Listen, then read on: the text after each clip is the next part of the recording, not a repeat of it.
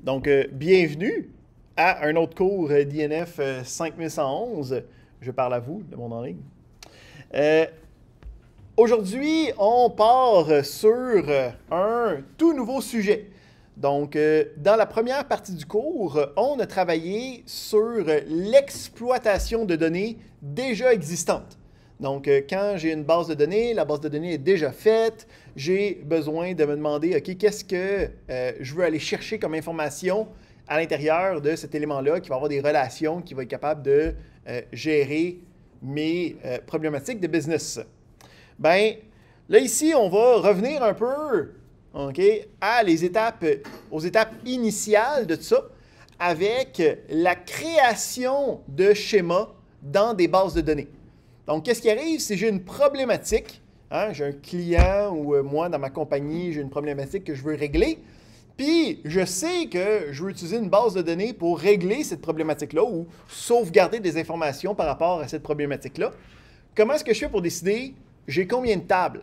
C'est quoi le nom des tables? C'est quoi le nom des colonnes? C'est quoi le type de chacune des colonnes? C'est quoi le lien que je fais entre ces colonnes-là? Donc, on va aller regarder le principe de conception, hein, le principe de design, le principe de qu'est-ce que je décide de mettre à quel endroit pour être capable d'avoir une base de données qui a de l'allure. Donc, encore une fois, un peu comme un peu tout dans ce cours-ci, on va y aller un peu en surface, en survol, pour être capable de voir comme c'est quoi les éléments clés, les éléments importants. Mais des fois, on va comme faire, ben ça, cette partie-là, c'est pour d'autres personnes qui ne sont pas nous, qui auront ces problèmes-là, ou que nous, on va pouvoir communiquer nos vrais problèmes, puis on va être capable de communiquer avec eux. Hein? Donc, le principe fondamental de la conception de base de données, c'est que la base de données va exister à l'intérieur, ben, ça va être trois étapes différentes qui vont m'apporter à la conception de ma base de données. Donc, on va jaser un peu de ces étapes-là avant de commencer à jaser de ça ici. Donc, la première étape, ça va être, fait que premièrement, dans les termes qui viennent avec toutes ces gentilles, belles affaires-là, hein, comme d'habitude, il y a des termes, parce que sinon, ça serait facile de voler nos jobs, on se souvient. Donc, on est en train de faire de la conception, hein, puis le principe de la conception d'un schéma, hein, le principe d'une description de quelque chose, on va appeler ça un modèle. Donc, on va faire de la modélisation de base de données. Pour être capable de faire de la modélisation de base de données, on va utiliser différents types de diagrammes, donc des boîtes puis des flèches, là, pour être capable d'arriver à quelque chose de potable, pour ensuite aller transformer ça en code, en instruction SQL, qui va me permettre de construire la base de données dans le monde physique. Hein? Physique, c'est dans un ordi, là, mais que c'est pas juste des boîtes puis des flèches. Fait que cette modélisation-là va se faire en trois étapes. Donc, la première étape qu'on va voir aujourd'hui, ça va être ce qu'on appelle de la modélisation conceptuelle, ou de faire le modèle conceptuel. Le principe du modèle conceptuel, c'est d'être capable de travailler sur les idées de ma problématique. Donc, de ne pas être limité par le fait que je sais que telle base de données n'est pas nécessairement capable de faire ça ou que le meilleur format pour ce type de base de données-là, ce serait de travailler comme ça. Le modèle conceptuel est de très haut niveau, okay, qui est habituellement en fait utilisé par des programmeurs pour construire des logiciels.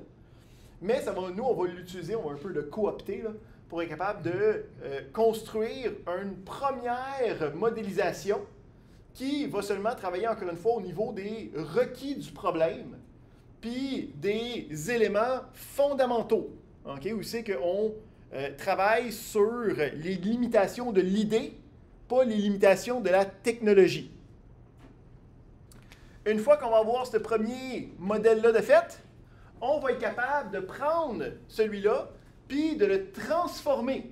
Okay? Donc celui-là, on va le créer de toutes pièces, ça va être nous qui va sortir des idées, puis qui va écrire ça sur du papier. Mais à partir de là, comme le processus se fait un peu de manière automatique, là, okay, on va prendre ce premier modèle-là, puis on va le transformer en modèle relationnel. OK? Donc, relationnel. Donc, le modèle relationnel, lui, sa distinction, ça va être encore des boîtes puis des flèches. Mais la prémisse, c'est que cette version-là va être plus consciente de qu'est-ce que j'ai le droit de faire dans des bases de données. Okay? Donc là, ça va appartenir à, je sais que je m'en vais sur une base de données de type Postgres ou je m'en vais sur une base de données de type Oracle, puis je vais prendre en considération les limitations de la base de données. Ça va quand même rester des boîtes puis des flèches. Okay? C'est juste que je n'aurai pas le droit de même les mêmes, ça ne sera pas les mêmes boîtes puis les mêmes flèches. Une fois qu'on a cette version-là du modèle relationnel, ben là, il va falloir le traduire en instructions réelles, hein, que je vais pouvoir exécuter sur ma base de données.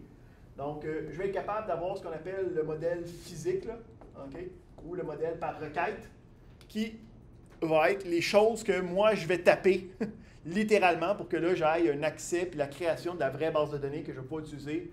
Puis, on va voir aussi comment rajouter des informations à l'intérieur de ça, modifier les informations, puis travailler tout autour de ça. Fait que dans les 2 prochaines semaines, on va voir comment ça fonctionne. OK?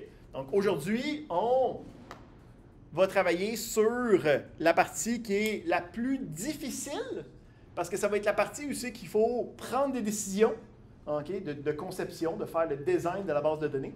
Après ça, c'est juste comme un set de règles qu'on applique sur cette première version-là qui déboule jusqu'à temps qu'on ait le modèle physique.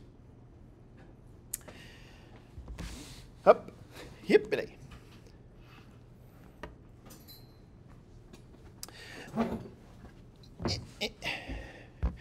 Fait que pour le modèle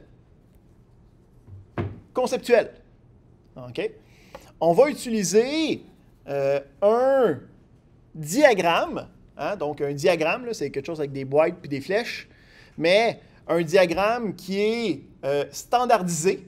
Donc, ce n'est pas n'importe quelle boîte, puis ce n'est pas n'importe quelle flèche. Puis, ce diagramme standardisé-là est basé sur une norme qui est l'UML. Okay? Donc, l'UML, c'est le Unified Modeling Language. Donc, la prémisse, c'était que dans les années 80-90, le monde faisait beaucoup de boîtes puis beaucoup de flèches qui se ressemblaient beaucoup, mais qui ne voulaient pas nécessairement dire la même chose. Fait qu'à un certain point, on s'est regroupé pour dire qu'il faudrait que les boîtes puis les flèches, ils valent toutes dire la même chose. Fait que il y a eu différents vents, puis il y a eu différentes écoles, puis il y a eu tout un historique derrière ça, là, qui nous a permis de créer la norme UML, qui définit plusieurs types de diagrammes. Donc, plusieurs manières de représenter des boîtes puis des flèches, dépendamment de qu'est-ce que je veux expliquer. Donc, ça va être autant pour des structures de données, comme on va utiliser ici, que pour des processus, donc une séquence d'événements, que pour de la gestion de cas d'utilisation. Donc, dans l'UML, il y a un paquet de différents diagrammes là, okay, qu'on peut utiliser. Ici, c'est purement historique parce que dans notre cas, on va juste en utiliser un d'une manière très, très, très précise. Là, où on coopte un peu qu'est-ce qu'eux ont fait, puis on va juste utiliser même une partie de la chose, pas au complet. Mais c'est juste pour mettre le terme général, là, UML, si on entend ça, c'est des boîtes puis des flèches de manière standardisée pour être capable d'expliquer beaucoup de choses. Fait qu'on va voir une partie de cette syntaxe-là, mais c'est pas, on ne peut pas sortir d'ici et dire qu'on est capable de faire tous les diagrammes UML. On va en savoir juste un, qui est le diagramme okay, à objet. Parce que ce n'est pas un cours purement de modélisation. Habituellement, tu les vois toutes dans un cours de modélisation. Okay? Puis si vous êtes intéressé, il y a un excellent ouvrage ici, là, UML at Classroom, d'où j'ai tiré les gentilles diapositives que j'ai franchisées pour votre bon plaisir. Fait que, on va aller regarder comment est-ce qu'on va aller représenter nos différents éléments à l'intérieur de notre base de données. Puis, on va aller voir c'est quoi les différentes règles qu'on peut faire quand on veut représenter ces différents éléments-là. Donc, il faut toujours avoir en tête que ultimement, nous, qu'est-ce qu'on veut avoir? C'est une base de données qui va sauvegarder des informations. Hein? Donc, c'est ça le but ultime, là. Je veux avoir une liste de clients qui va avoir des numéros de téléphone, une liste d'immeubles, une liste d'employés, une liste de salaires, une liste de produits, tu sais. C'est toujours ça qu'on a en tête, là, pour être capable de travailler avec. Fait que, on va utiliser le principe de diagramme à objet ou diagramme de classe qui va nous permettre de représenter ça. Fait que la première chose qu'on va aller regarder, ça va être un peu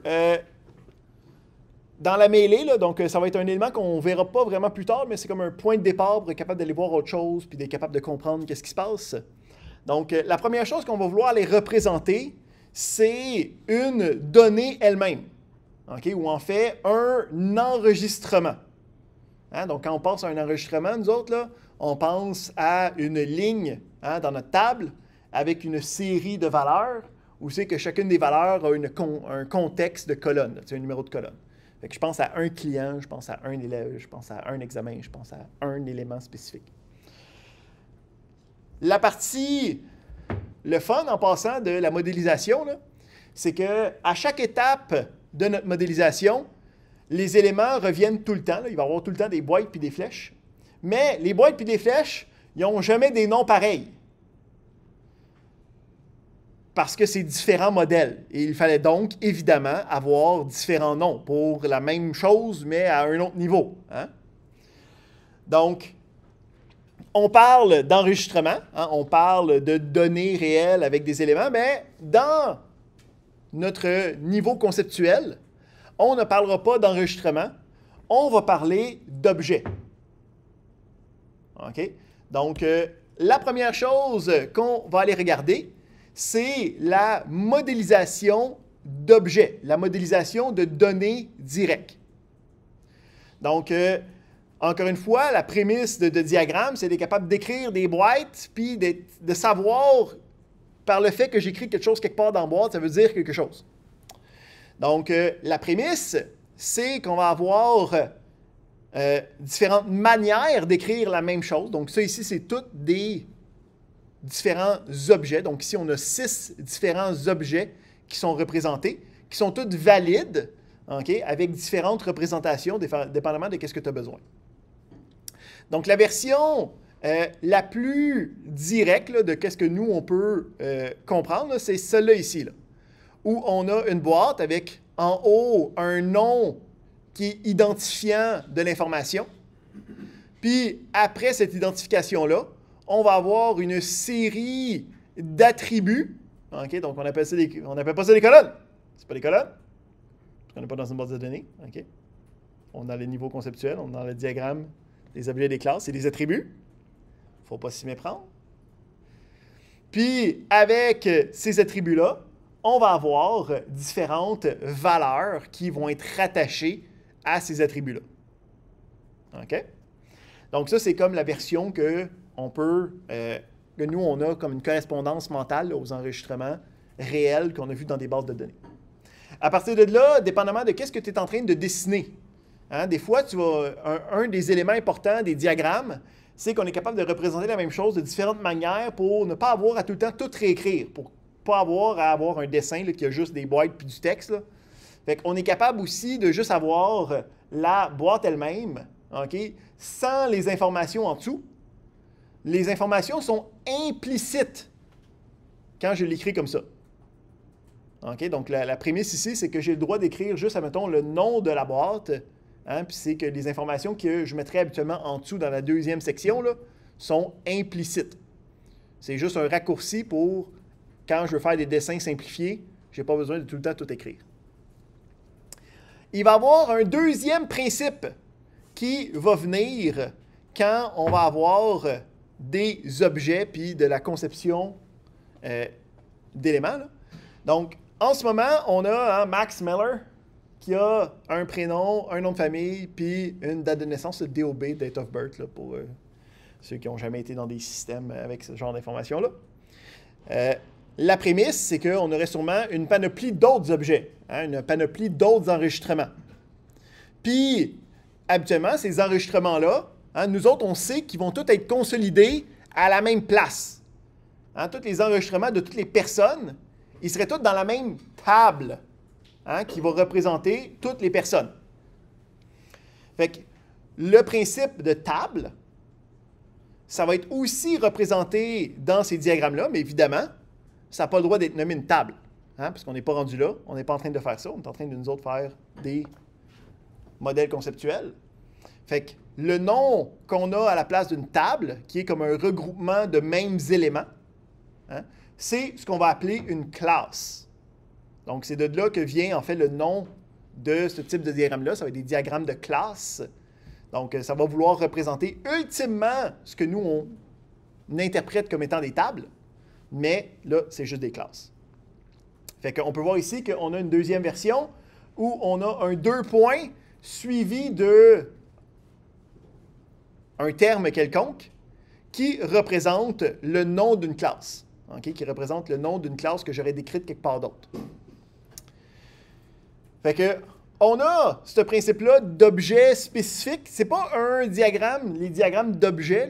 Okay? Ce n'est pas quelque chose qu'on va utiliser. C'est juste pour comme, faire un premier tremplin par rapport à ce que nous, on connaît des bases de données là, avec nos enregistrements, nos valeurs, puis savoir qu'une ligne, c'est représentatif dans ce moment un objet, puis qu'une série d'objets, ça va être représenté par une classe. Okay? Nous autres, en fait, ce qu'on va majoritairement faire, c'est les classes. C'est de dire c'est quoi la description du schéma. Hein? Aussi, comme principe de tremplin, on va avoir le principe de relation, de lien, d'association. Donc, quand j'ai un élément comme un étudiant, okay, qui est dans un cours, puis que le cours a un professeur ou que le cours a un local qui est assigné, bien, le principe, c'est que ces différents enregistrements-là, hein, ces différents objets-là, vont être reliés ensemble. Donc, nous, on a vu que quand on travaillait avec ça, on allait avoir un principe de clé primaire qui était capable d'être identifié, puis qui allait faire les relations pour être capable de les relier ensemble. Dans le diagramme de classe, on n'a pas cette représentation-là du tout. Hein, parce qu'on a dit que quand on travaille avec le diagramme de classe, le but, c'est de travailler sur les idées, de travailler sur les problèmes. On ne veut pas travailler sur les problèmes, les technicalités d'implémentation. Fait que je vais pouvoir dire, lui, il est relié à lui, puis plus tard, je vais penser à qu'est-ce que je veux faire pour avoir une clé primaire, pour avoir un lien, pour avoir quoi que ce soit. Donc là, je suis juste capable de représenter les relations comme étant des liens directs. Fait qu'on a ce principe-là. On veut être capable, ultimement, de représenter des tables, hein, les descriptions des tables. Donc, on a dit que nous, ce nom-là, c'était des classes. Hein, donc, on va pouvoir être capable de regrouper des objets qui représentent les mêmes choses, hein, tous les objets qui représentent les différentes personnes, puis d'être capable de créer ce qu'on appelle une classe qui représente la personne. Donc, une classe, qu'est-ce qui va être différent de ce qu'on a vu jusqu'à date? C'est qu'il n'y aura pas d'information directe, il n'y aura pas de valeur rattachée à la classe. Hein, quand j'ai une personne, je vais avoir le principe qui va avoir un prénom, le principe qui va avoir un nom de famille, puis le principe qui va avoir une date de naissance. Mais je n'ai pas de valeur spécifique là, quand je parle de la classe de ça. Okay? On parle du schéma, on parle de la structure de la chose. Fait que quand nous, on va travailler avec des classes, hein, puis ultimement jusqu'à des tables, quand on va faire de la conception, on ne parle pas de données qu'on va les mettre à l'intérieur, direct. On va parler de quel genre de données on va pouvoir mettre, mais on ne jasera pas d'éléments directs, arbitraires, avec une valeur précise. Qu'est-ce qui est intéressant? Comme j'ai dit, on a coopté là, ce diagramme-là d'un autre domaine. C'est directement du domaine d'informatique. Les diagrammes UML sont aussi utilisés pour représenter des structures de données dans des programmes. OK? Donc, quand on travaille avec des programmes, puis on a des objets, puis on a des classes, il y a un autre élément qui vient en jeu. Donc, quand on travaille avec des objets, il va y avoir des données, comme nous, on veut ultimement sauvegarder, là. Mais il va aussi avoir des comportements. OK? Puis on a déjà vu le principe de tout ça, là, quand on travaille avec les data frames, hein, quand je travaille avec le data frame a des valeurs de rattacher. Hein, parce que je peux aller chercher la valeur spécifique dans telle colonne, dans telle ligne. Hein, fait que le data frame, c'est une série de valeurs. Mais du data frame, je peux aussi appeler des méthodes, hein, qui vont me permettre de faire des calculs, qui vont me permettre de faire des actions, qui vont me permettre de trier mes valeurs. Fait que dans le data frame, il y a deux choses. Il y a des données, puis il y a du comportement, des actions qu'on peut faire. Hein? Fait que quand on parle d'objet, on parle d'une entité qui est ces deux-là. Là. Nous autres, on l'a comme déjà vu par la bande en utilisation, là. Mais le diagramme de classe est capable de représenter tous ces éléments-là. Donc, dans le diagramme de classe officiel, on va avoir, ça ressemble à ça, là. Donc on a une gentille boîte, on va avoir une première section qui va être le nom de la classe. Ici, par convention, les noms des classes commencent avec des majuscules. OK, fait que course.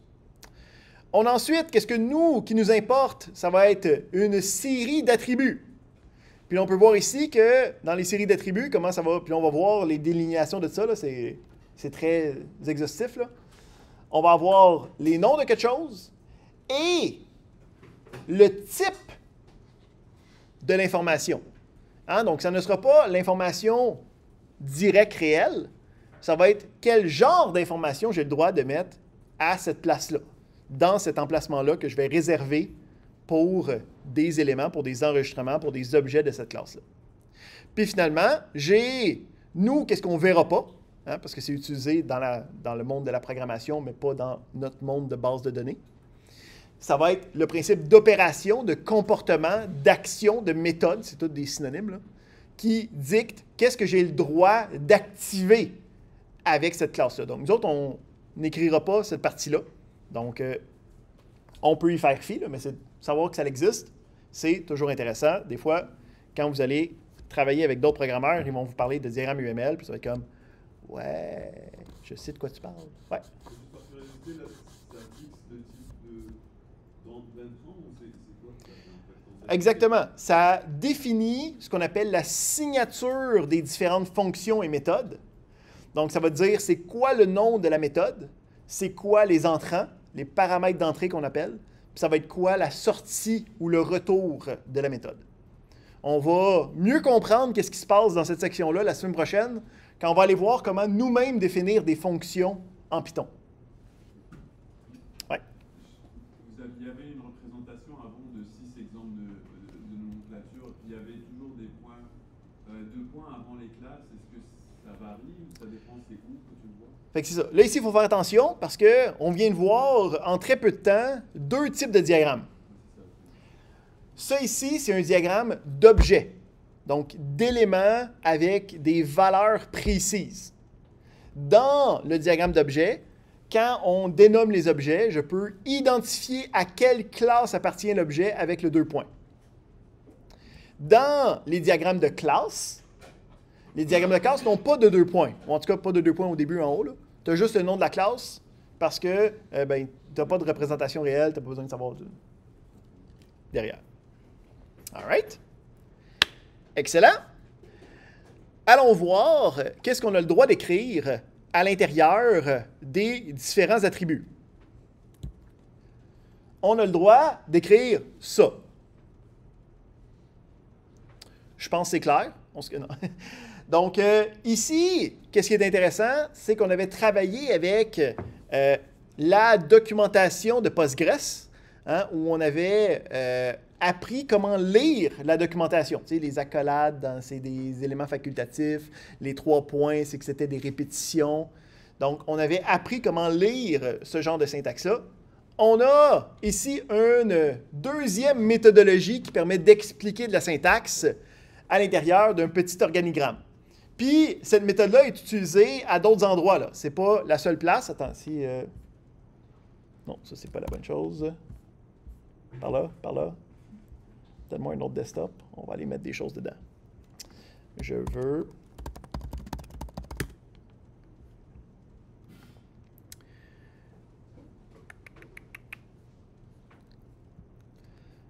ici, hop là, je vais aller voir la documentation du select, mais dans Oracle Database.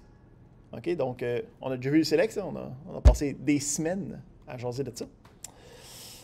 Bien, eux autres, leur documentation, c'est pas textuel. La représentation de la syntaxe est de manière graphique. Fait que comment est-ce qu'on est capable de lire ça? Bien, la prémisse est assez simple. Tu pars du début, puis il faut que tu te rendes à la fin. Puis toutes les variations possibles de chemin que tu peux prendre, c'est ça les syntaxes possibles de la commande. Fait qu'on commence, puis on a un élément qui est facultatif, parce que je peux passer à côté.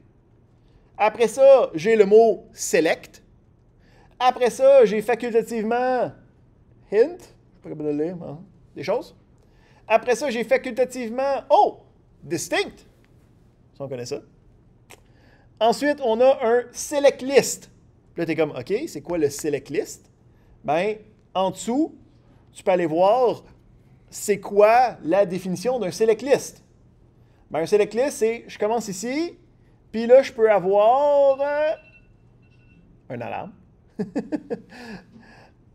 Un nom de table. Ou un nom de view ou un nom de plein d'affaires, mais c'est ça la prémisse. Là. Tu peux suivre le diagramme pour avoir toutes les variations possibles de la syntaxe. Ça ne te permet pas de savoir c'est quoi celui-là que tu vas utiliser le plus souvent, mais ça te permet de voir c'est quoi les règles de la syntaxe. Donc, il faut être capable de lire ce genre de documentation-là, dépendamment sur quelle base de données tu tombes. OK?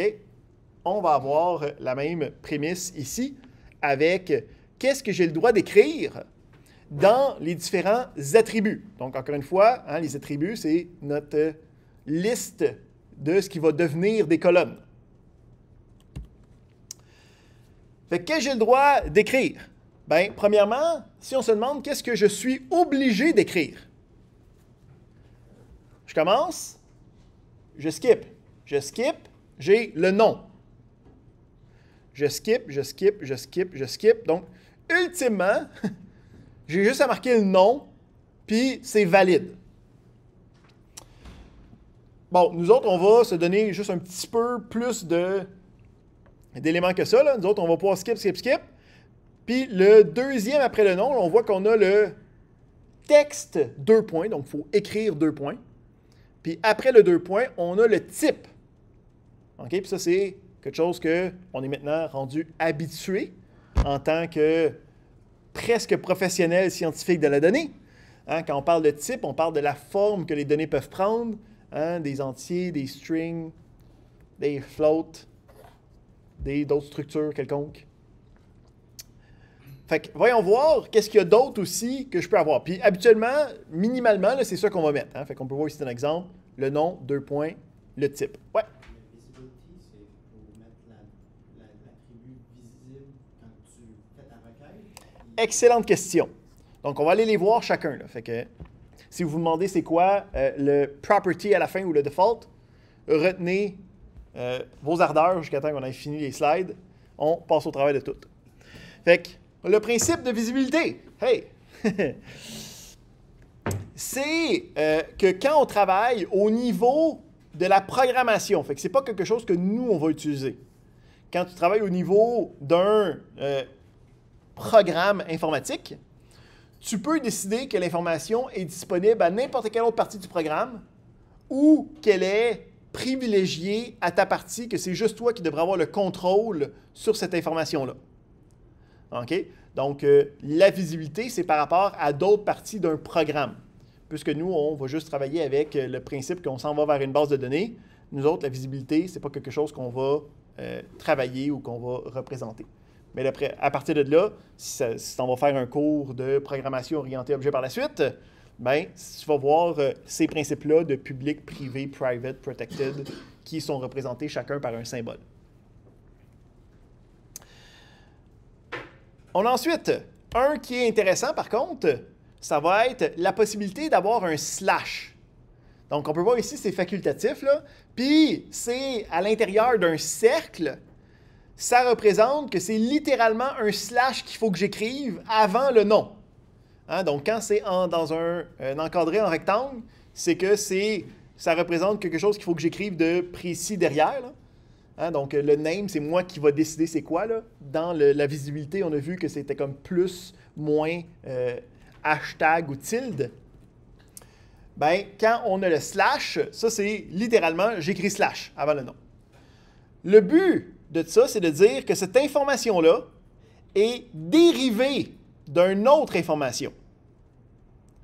Parce qu'on va voir que quand on construit nos différentes bases de données, on va essayer d'adopter des règles qui vont minimiser les problématiques, particulièrement envers le dédoublement d'informations.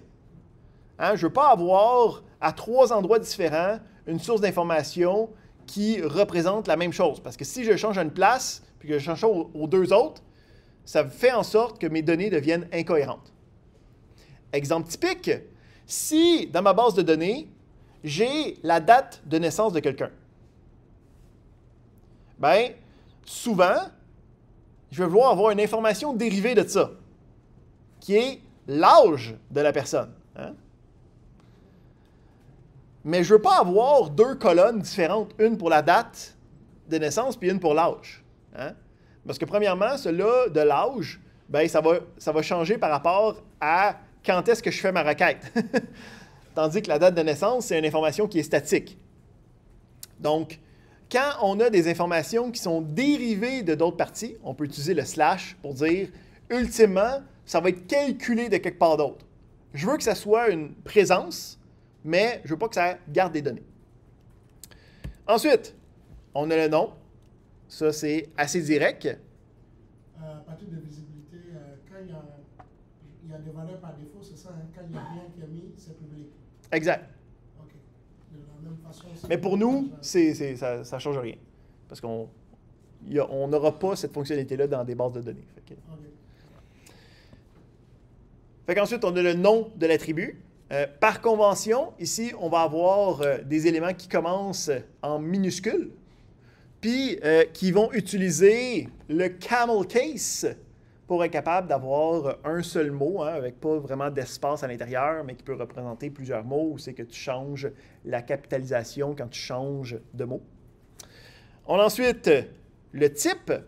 Donc, le type ici, ça va être habituellement des types qui sont basés sur des environnements de programmation.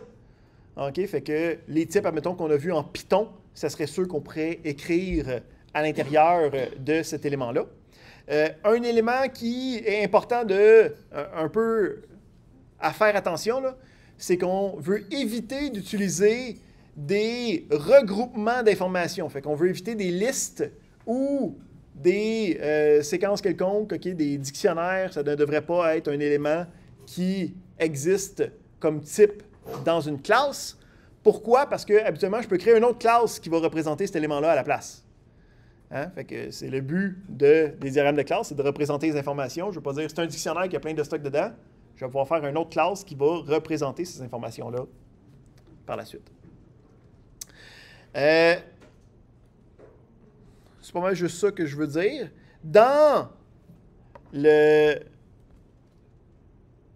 Si tu es mal pris, tu peux quand même avoir le principe d'avoir une liste d'éléments, okay, ou un tableau d'éléments, en indiquant la multiplicité. Donc, le principe de multiplicité, c'est un terme qui va revenir, c'est d'être capable de représenter qu'il y ait une ou plusieurs fois la même information ou une ou plusieurs fois le lien. Okay? Donc, le principe de multiplicité, c'est quelque chose qui va revenir, puis la manière de le représenter, c'est aussi quelque chose qui va revenir. Donc, la multiplicité se passe après le type. C'est un élément que je mets entre crochets carrés. Donc, j'ai un exemple ici à gauche, où c'est que j'ai le string. Okay? Je dis qu'il est de 1 jusqu'à quelque chose. Fait que la prémisse, c'est que j'ai 2 crochets carrés, puis à l'intérieur, je vais avoir 2 valeurs. Une valeur d'un nombre minimum, 2 points, un nombre maximum d'éléments que je veux garder avec ça. Okay? Fait qu'ici, on a un exemple où c'est que pour une personne, je pourrais avoir plusieurs adresses d'assigner à cette personne-là. Hein? Parce que j'ai une adresse qui est un string, Puis je dis, j'ai le droit d'avoir de 1 à une étoile. L'étoile représente une infinité. Donc, j'ai le droit d'avoir de 1 à une infinité dans mon système.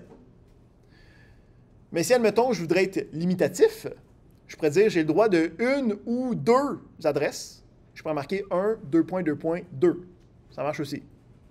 Si je vais être capable de dire que la valeur est possiblement nulle, hein, que la valeur est possiblement pas là, je peux avoir un 0 comme élément minimum. Ici, on a un raccourci syntaxique qui existe là.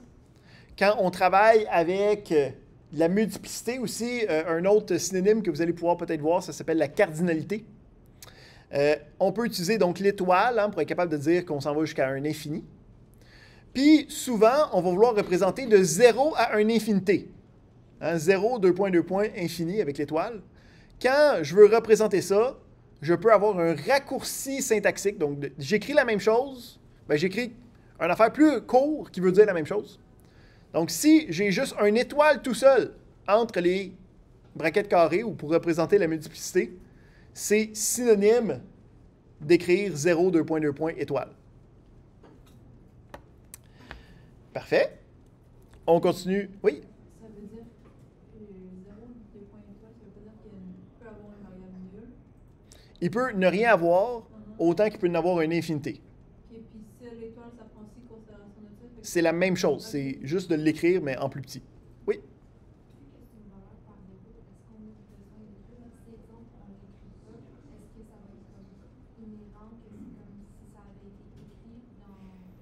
Oui, en ce moment, si ce n'est pas écrit, c'est comme si j'avais crochet 1, 2.2.1. Exact. Exactement. Parfait, bonne question. C'est ça ici, en fait, hey, c'est même marqué valeur par défaut 1. Hey, je suis prêt. Ouais. Exactement, c'est que si tu n'écris rien, c'est comme si tu avais de 1 à 1. Yes? Ok, donc c'est pas de 0 à 1. Tu pourrais pas ne pas y avoir de valeur. Ben, Ça te prend une valeur pour ça.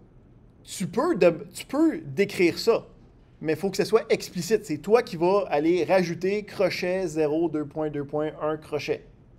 Si tu marques rien, c'est comme si tu avais écrit crochet 1, 2.2.1 crochet. Donc OK. cette valeur-là est obligatoire, elle devient requise. Si c'est autre que de 1 à 1, ouais. C'est pour ça qu'on dit que quand tu n'écris rien, ce qui est là par défaut, c'est 1. C'est que tu as un élément pour cet attribut-là. Comme ici, le first name, je m'attends à avoir un string. Le last name, je m'attends à avoir un string. Est-ce que c'est clair? Mais qu'est-ce qui arrive si je veux avoir une valeur par défaut dans l'attribut, hein, pas le nombre d'éléments. Là. Je peux aussi spécifier une valeur par défaut au cas où qu'elle n'est pas donnée à la création de l'objet, à la création de l'enregistrement, à la création des valeurs. Donc, je peux avoir un égal avec une valeur quelconque qui va dire, bien, si, quand j'essaie de créer une personne, je n'y donne pas, dans ce cas-là, de mot de passe, le mot de passe par défaut, ce serait PW123. Vous allez voir aussi dans les exemples, on voit les règles. Ce n'est pas une représentation des bonnes pratiques techniques derrière. Okay? Donc, si on crée des comptes dans une base de données et que tu ne mets pas de mot de passe, tu ne devrais pas créer un mot de passe par défaut, puis tu ne devrais juste jamais avoir de mot de passe qui est juste PW123. Okay? Je vais juste mettre ça au clair. Qu'il n'y ait pas d'ambiguïté. On regarde ça pour la syntaxe, pas pour les questions de conception, pas pour tout ça. Puis on a finalement les propriétés. Donc, les propriétés, c'est une propriété, ça porte bien son nom. Donc, une caractéristique additionnelle que je veux indiquer pour les différents éléments de cet attribut-là. Donc, il y en a qui sont là par défaut, OK? Puis, il y en a que je peux rajouter. Donc, des choses pour indiquer que c'est unique comme information. Donc, si, admettons, ici, j'ai un numéro d'assurance sociale, je peux dire que tous les objets de cette classe-là. Hein, puisque la classe, c'est la version générale de la chose. La classe me permet de créer plusieurs objets, plusieurs enregistrements, plusieurs séquences de valeurs. Bien, si j'ai un numéro d'assurance sociale, je veux que dans ma table, je n'avais pas 2 fois le même numéro d'assurance sociale. Ça sonnerait comme s'il y a une problématique à ce point-là. Donc, je peux indiquer dans les propriétés que c'est unique. OK? Par défaut, c'est un peu qu'est-ce qu'on s'attend. Fait que c'est non unique et pas ordonné. Mais si je veux quelque chose d'autre, je peux le spécifier avec les propriétés. Puis là, on peut voir ici aussi dans la syntaxe de notre petit diagramme, là, les propriétés, je peux avoir une liste de propriétés qui sont séparées par des virgules. Hein. Fait que j'ai une accolade, une propriété, une virgule, une propriété, une virgule, une propriété, jusqu'à temps que j'aie plus de propriétés à représenter. Ouais. Ça, c'est non exhaustif. Les propriétés. Exactement. Donc, il y en a, bien, ça, c'est comme les principales. Là. Il y en a une couple d'autres que nous, on... Puis même ces propriétés-là, c'est pas, sauf unique, là, c'est pas des choses que nous, on va tant travailler avec. Là. Fait que c'est vraiment juste unique qui va nous servir. Oui, c'est le non-unique unordered. OK. Puis juste pour se donner un peu de lien avec ce qu'on a vu dans notre partie de programmation, hein, quand on travaille avec différentes collections, hein, on avait vu le principe de liste, où c'est que c'est ordered, puis tu peux avoir 2 fois la même valeur. Hein.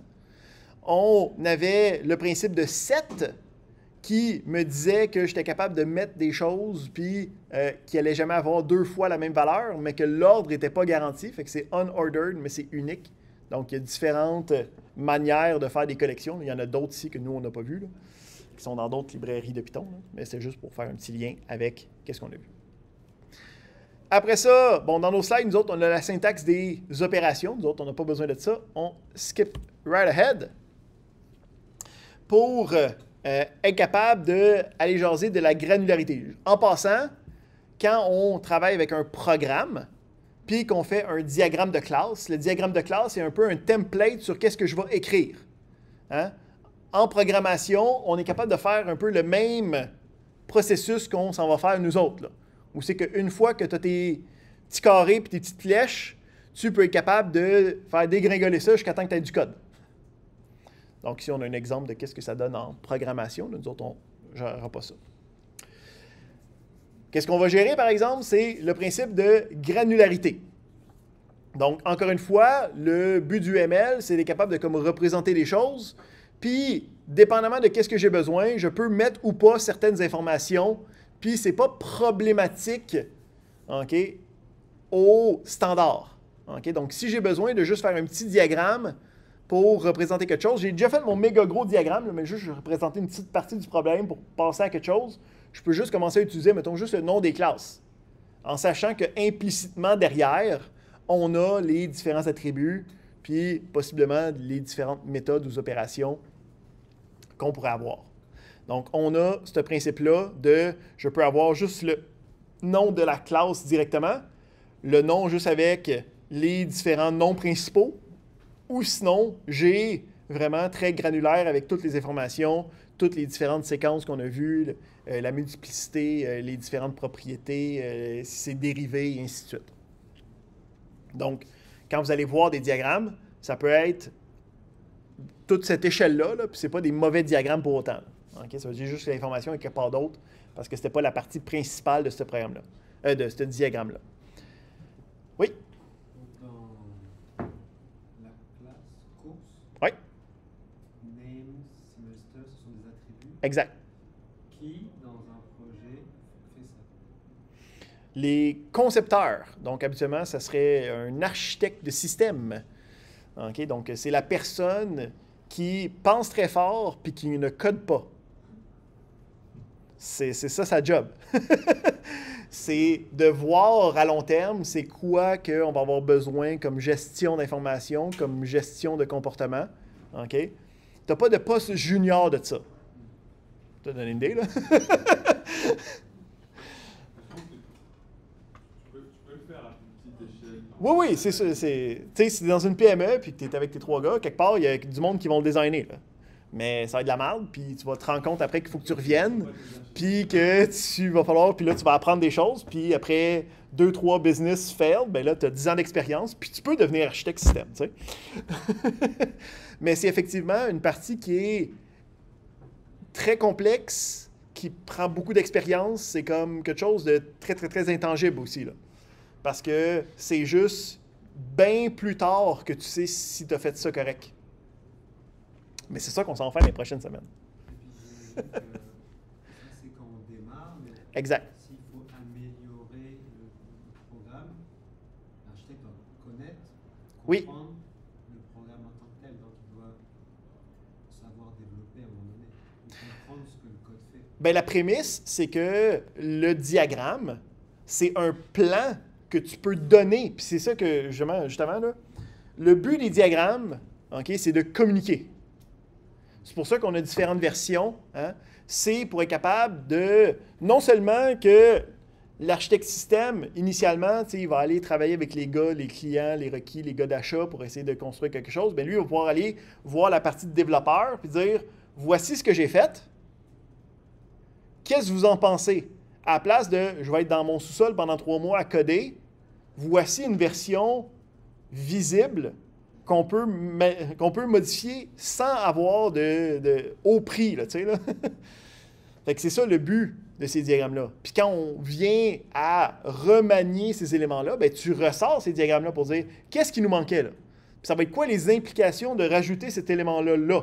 OK, bien lui il est relié à ça, fait qu'il va falloir faire attention à cet autre élément-là. Donc ça te permet aussi de voir un peu comment ton système fonctionne, autre que juste sous forme de code.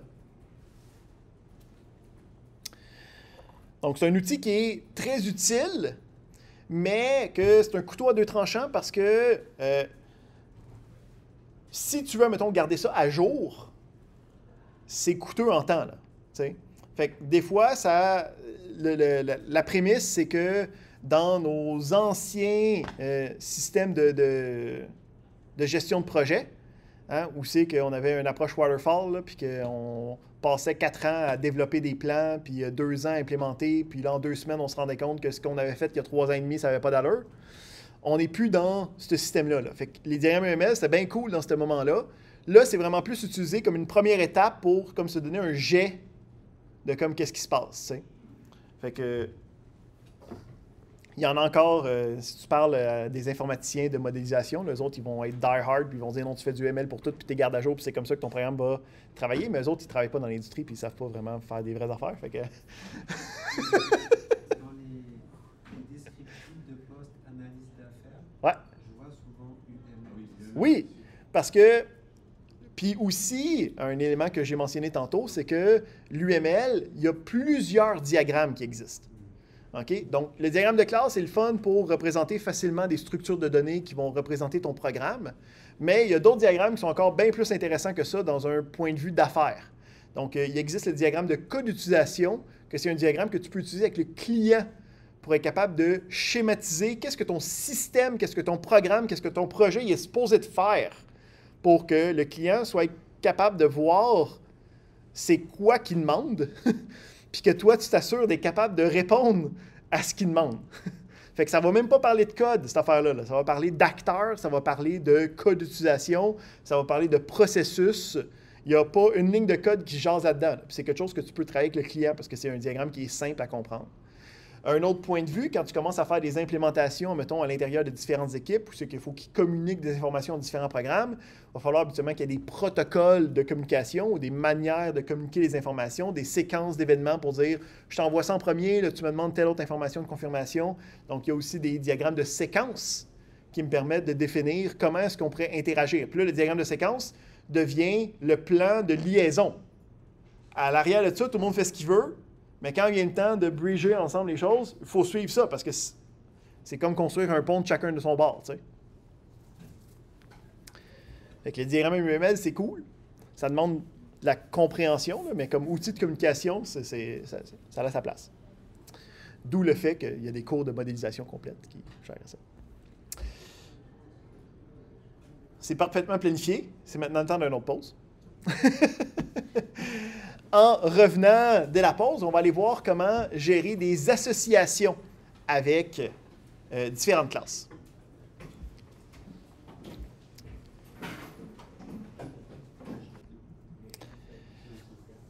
On est donc de retour.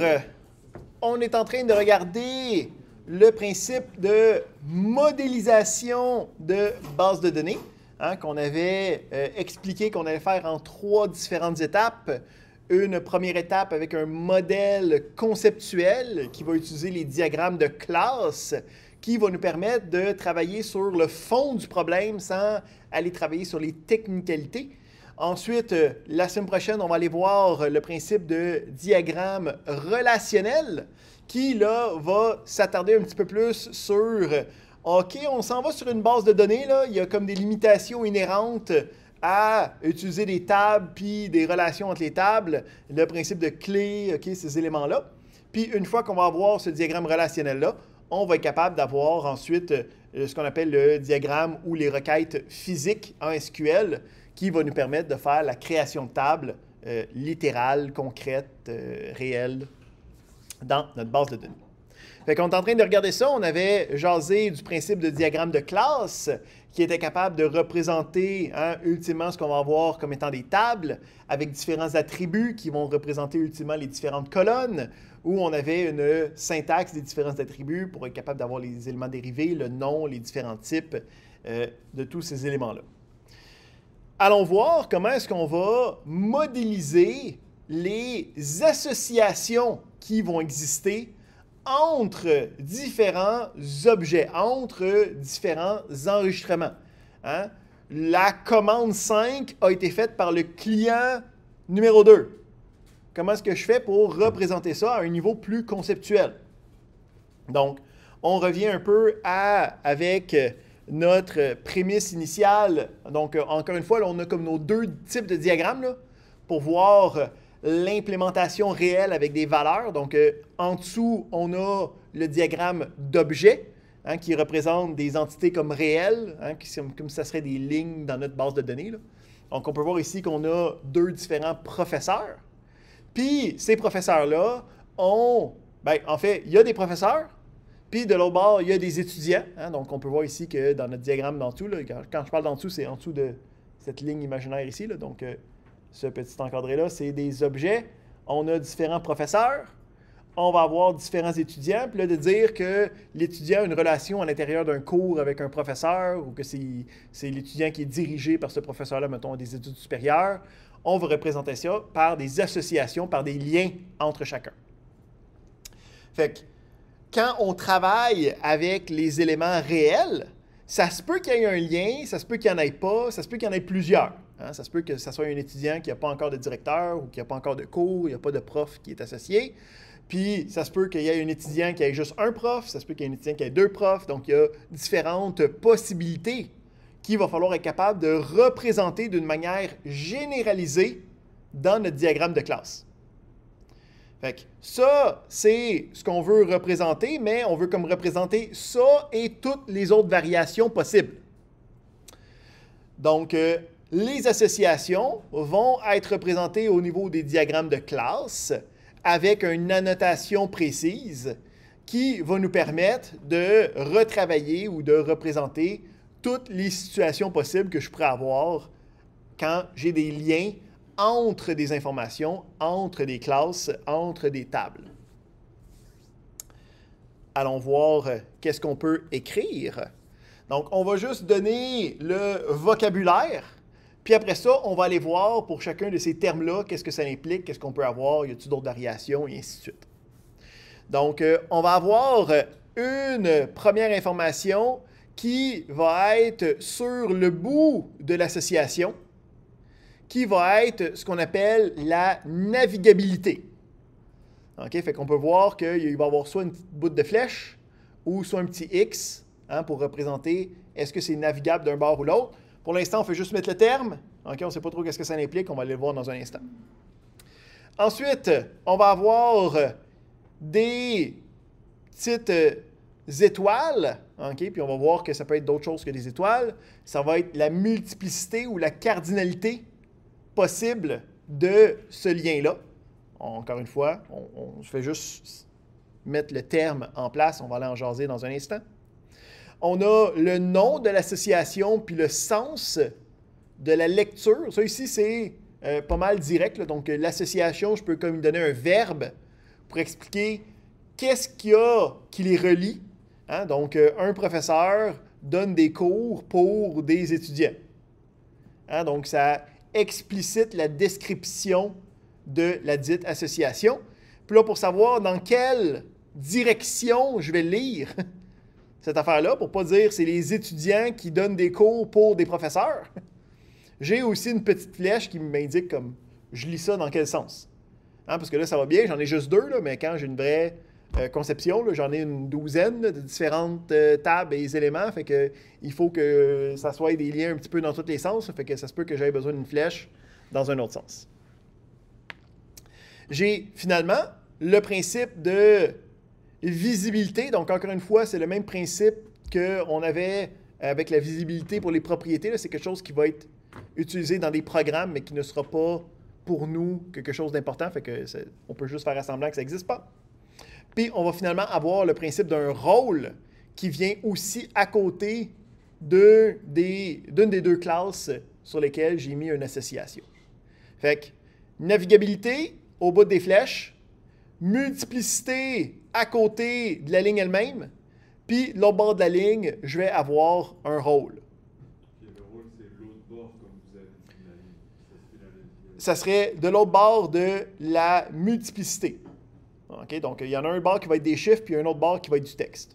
Mais ça serait à côté du bout de notre ligne. Ça n'a pas de l'air clair dans tes yeux. Non, parce que là, vous dites l'astérisque, ok, donc la navigabilité, ça serait du texte par position. La navigabilité, c'est le principe que c'est une flèche ici, puis que c'est un X ici. Donc, la navigabilité, c'est sur la ligne. Ah, ok, la flèche, elle pointe là, ok. Ouais. Pour moi, c'était elle pointe les deux dans des astérisques différents. Oh, non, c'est ça. Là. Parlant de navigabilité, qu'est-ce qui est possible? À tes souhaits. Donc, le principe de la navigabilité, c'est de savoir dans quelle direction un objet est capable de connaître un autre objet. Donc, si on prend le principe ultime de nos bases de données avec des tables, hein, quand on a une table, la table peut avoir une clé qui fait référence à une autre information. Hein, donc, dans ma liste de factures, j'ai une colonne de numéros de clients. Puis, de ces numéros de clients-là, je suis capable de savoir c'est qui le client. Mais, à l'inverse, là, est-ce que pour un client, dans la table client, je suis capable de savoir c'est quoi la liste des différentes commandes qu'il a faites? Hein, dans la table client, il va-tu avoir une colonne commande faite? Puis là, pas nécessairement. Ça va dépendre de la situation puis du contexte, mais comme dans la situation que je propose, il ne l'aurait pas, là, parce que moi, je veux juste avoir les informations du client. Fait que la prémisse, c'est que la relation va dans un sens. Hein, je peux partir des factures puis aller voir le client. Je ne peux pas prendre le client puis aller voir les factures. Ultimement, avec les SQL, on peut faire les deux. Tu sais, le inner join marche d'un bord ou de l'autre. OK? Mais ça implique quelle colonne je vais mettre à quelle place. Il y a une clé secondaire dans une table qui non dans l'autre. Une clé étrangère dans une table. Exact. Hein? Parce que la prémisse, c'est que j'ai ma liste de clients. C'est comme un statique. Tu sais, j'ai juste le nom, l'adresse, le numéro de téléphone. Puis après ça, dans ma table de facture, je veux savoir c'est quel client qui a eu cette facture-là. Fait que j'aurai le numéro de client qui serait la référence. Mais comme je n'aurais pas le lien inverse. Hein? Donc ça, c'est un exemple de la navigabilité. Ça s'en va juste dans un sens. C'est une association de type père-fils? Pardon? C'est une association de type père-fils? C'est pas ce principe-là. On va voir que dans les associations, il y a un élément qui va être père-fils, mais c'est pas de ça qu'on parle. C'est juste un lien comme un autre. Parce qu'on va voir qu'on peut... Il y a différentes possibilités. Donc, soit qu'on va avoir un lien unidirectionnel. Si c'est un lien unidirectionnel, la manière de l'indiquer, ça va être avec un X d'un bord, puis la flèche pointée de l'autre. OK? Ou en fait, si on prend un peu des pratiques, dans la norme, tu peux soit avoir une flèche avec un X ou juste une flèche pas de X. OK? Puis, étant les humains que nous sommes qui sont lâches et qui veulent faire le moins de choses, la pratique va être que s'il y a une flèche, c'est que ça va juste dans un sens. L'autre possibilité, c'est que ça soit unidirectionnel, qu'il y ait des informations qui les relient des deux bords. Donc, dans ce cas-là, ça serait qu'il y aurait des flèches des deux bords, ou sinon, il n'y a juste pas de flèche pantoute. Encore une fois, par la loi du moindre effort, ça va être juste pas de flèche pantoute, okay, qui va vouloir dire que c'est j'ai dit 2 fois unidirectionnel, pardonnez-moi, je pense. C'est bidirectionnel, hein, dans ce cas-là. Vous avez le droit de me dire quand je suis câble, là, en passant. Hein? Dans quel cas on veut empêcher B d'aller à A? Fait que, comme l'exemple que j'ai donné, okay, où c'est que la multiplicité d'informations n'est pas nécessaire, hein, ça serait le genre de cas où c'est qu'on aurait juste besoin d'un lien. Les clients, je veux que ce soit leur propre entité. Fait que je ne veux pas avoir d'autres informations extra à ça. Puis, quand j'ai mes commandes, quand j'ai mes factures, ben, je veux savoir c'est quel client. Fait que je vais pouvoir avoir juste un lien dans un sens. Tandis que, admettons, si j'ai, comme dans l'examen, où j'ai des candidats, j'ai des compétences, puis là, ça se peut que les deux doivent se connaître l'un l'autre, savoir quelle compétence qui appartient à qui. Là, ça va être un lien bidirectionnel. Parce que ça coûte rien de tout ouvrir multidirectionnel. Ça coûte des colonnes. Puis ultimement, ça va te coûter aussi au niveau de la normalisation. Donc, on va voir quand on va rentrer dans les règles relationnelles qu'il y a un set de règles de bon sens pour faire une base de données qui ne sera pas de la marde dans le futur. OK? Donc, pour ne dupliquer le moins de données possible, pour être capable d'avoir le moins grand nombre de relations. Donc, c'est dans ces éléments-là que va venir, OK, bien, je veux juste l'avoir dans un sens. Ça va me donner tout ce que j'ai besoin. Yes? J'aime ça conceptualiser une relation bidirectionnelle dans une table. Comme l'exemple de l'examen, il y a Yes. une table intermédiaire. Exact. Excellente observation. C'est ici qu'on voit la différence entre le niveau conceptuel puis le niveau de l'exécution. Okay? Au niveau conceptuel, d'avoir une information bidirectionnelle, ce n'est pas un problème. Je ne peux pas le faire dans une base de données directement. OK? C'est impossible, comme on a pu le voir. C'est là le genre de choses que quand on va passer du modèle conceptuel au modèle relationnel, là, on va faire, OK, c'est bidirectionnel, ça veut dire qu'il faut donc une table intermédiaire. Excellemment vu. Est-ce que ça répond à ta question? Dans ça, Ça faisait pas de sens si on fait l'autre, clé primaire, clé étrangère. Exact. Si on prend les limitations d'implémentation, ça vient nous lier les mains. Hein, puis c'est justement ça qu'on veut éviter dans le modèle conceptuel, de ne pas avoir à penser aux limitations de la technologie.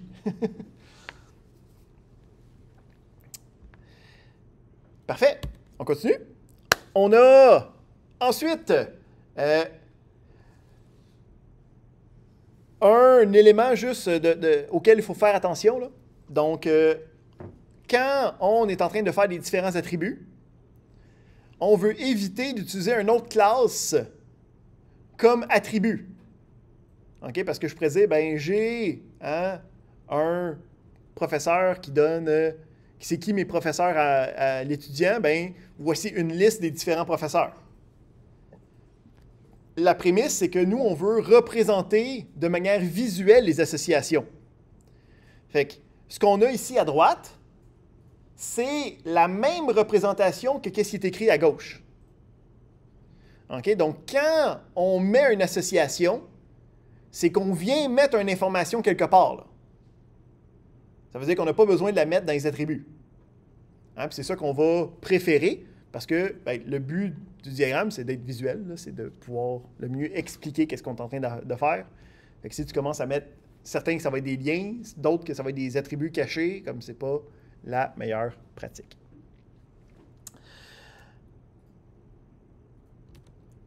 Parlons maintenant de multiplicité. Donc, la multiplicité, c'est un terme qu'on a vu tantôt, c'est d'être capable de dire il y en a combien. Hein? Donc, le principe de la multiplicité quand on travaille avec les associations, c'est d'être capable de dire quand j'ai un élément d'un bord, je vais être capable d'avoir combien de liens vers l'autre bord. Hein? Donc, dans le cours, en tant qu'étudiant, vous allez avoir un lien avec l'enseignant du cours. Il va y avoir combien de liens? Pour chaque étudiant, il va y avoir un lien, ou, dans des cas très spéciaux, 2, si c'est co-enseigné. Mais il y en aurait un. Hein, pour chaque étudiant, il y a un lien vers l'enseignant. Mais moi, en tant qu'enseignant, vers des étudiants, j'ai une multitude de liens. Fait que là, j'ai enseignant, j'ai étudiant, j'ai un lien entre les deux, mais là, il faut que je sois capable de dire, OK, de l'enseignant, il y a plusieurs étudiants, mais de l'étudiant, il y a juste un enseignant. Hein? Fait que c'est avec la multiplicité qu'on va être capable de représenter le nombre de liens possibles. Oui? Puis, quand il y a un à plusieurs, est-ce qu'au niveau des tables, c'est des enregistrements qui sont consécutifs? C'est pas une entrée avec plusieurs... Exact, ça serait plusieurs enregistrements. Donc, comment est-ce qu'on fait pour représenter ça? Bien, premièrement, il y a 2 multiplicités, un de chaque bord. Puis, la multiplicité, on l'a vu comment l'écrire tantôt, c'était un minimum, 2 points, un maximum. Puis, si on voulait avoir une infinité, on peut utiliser l'étoile.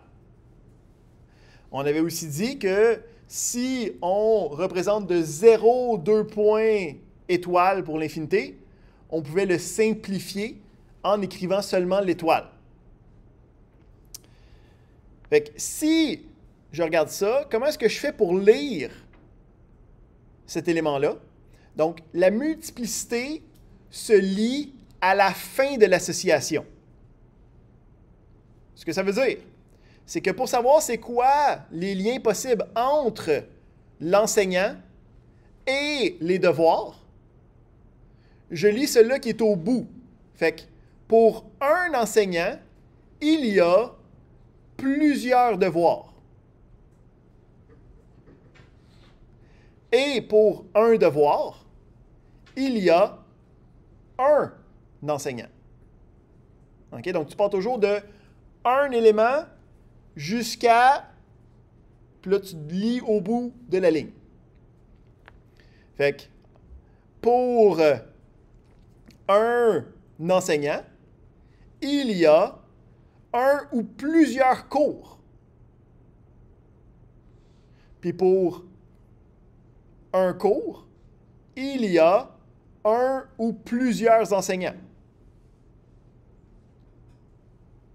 Okay? Donc là, ici, encore une fois, on ne parle pas de la conception qui a été décidée. Là, on fait juste parler de ce qui est écrit. Là.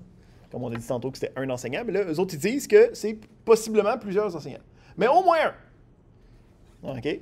Il ne peut pas avoir pas d'enseignant avec le cours. Des fois, on se sent comme si, mais ce n'est pas le cas. Le modèle le prouve. Il y a des fois aussi des manières funky de montrer les choses. On a la possibilité d'avoir des associations sur soi-même, parfois. Donc, un exemple typique, c'est j'ai des employés, OK? Puis, dans les employés, il y a une hiérarchie d'employés. Hein? Fait que tu as un employé qui est en fait à la tête de d'autres employés. Hein? Puis, ça se peut que ce manager-là gère des chefs d'équipe, puis le chef d'équipe gère une équipe. Hein? Mais c'est tous des employés. Fait que là, il faut que j'aille une représentation de c'est qui ton boss. Fait que si on pense encore une fois un peu dans table, hein, tu aurais employé, tu aurais l'employé 1, 2, 3, 4, 5, 6, 7, 8, puis là, tu aurais, ben, c'est qui ton boss? Puis là, ça serait aussi un autre employé. Hein? Fait que ça ferait référence à sa propre table. On est capable de représenter ça quand on a une association unaire là, qui se retourne sur elle-même. Puis pour être capable d'expliquer qu'est-ce qui vient avec ça, c'est là qu'habituellement on va utiliser le rôle. Pour être capable de dire quelle barre fait quoi là. Hein? Donc si tu as une représentation sur elle-même, ben, tu pourrais dire c'est l'administrateur puis c'est l'administré. Okay? Comme ça, après ça, dans les différentes colonnes de ta base de données, tu vas pouvoir gérer ça correctement. Ouais. Ben là, c'est examiner, examines, examinee. Mais comment tu fais pour le savoir visuellement que c'est comme ça que tu devrais lire? Là, ici, effectivement, il manque une chose qu'on avait vue tantôt, qui était une petite flèche. Ok, le sens de la lecture. Exact.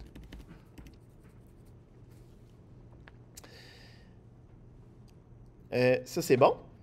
On a quelques éléments qui sont des éléments fancy là, okay, pour le monde qui font de la programmation que nous, on ne verra pas tant que ça.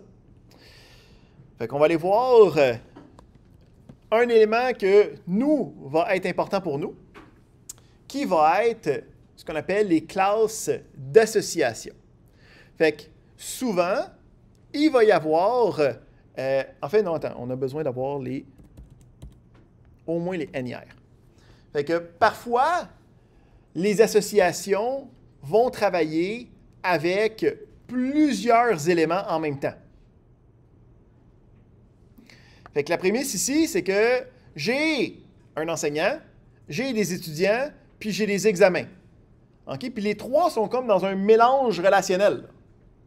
Okay? Parce que ça va être le prof qui donne un ou des examens à des étudiants spécifiques. Hein?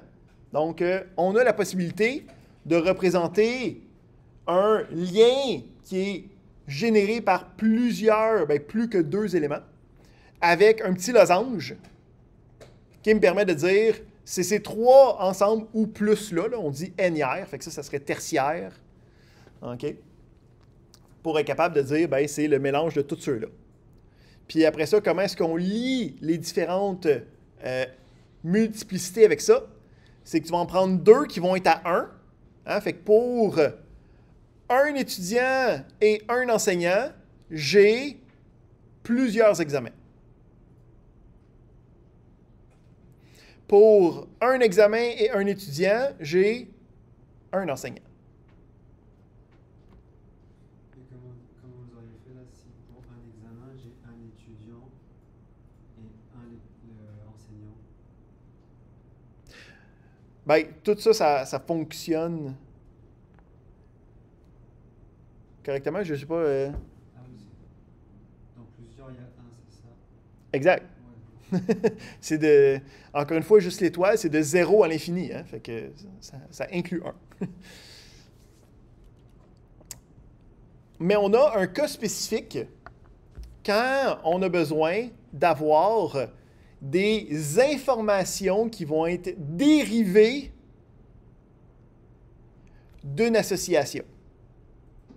Fait que si j'ai un exemple où je reprends mon trifecta de tantôt, là, fait que quand j'ai un étudiant, j'ai un examen, j'ai un enseignant, qu'est-ce qui sort de là? C'est une note. Hein? Donc, pour chaque fois qu'on a une relation entre un étudiant, un examen, un enseignant, ça génère une note.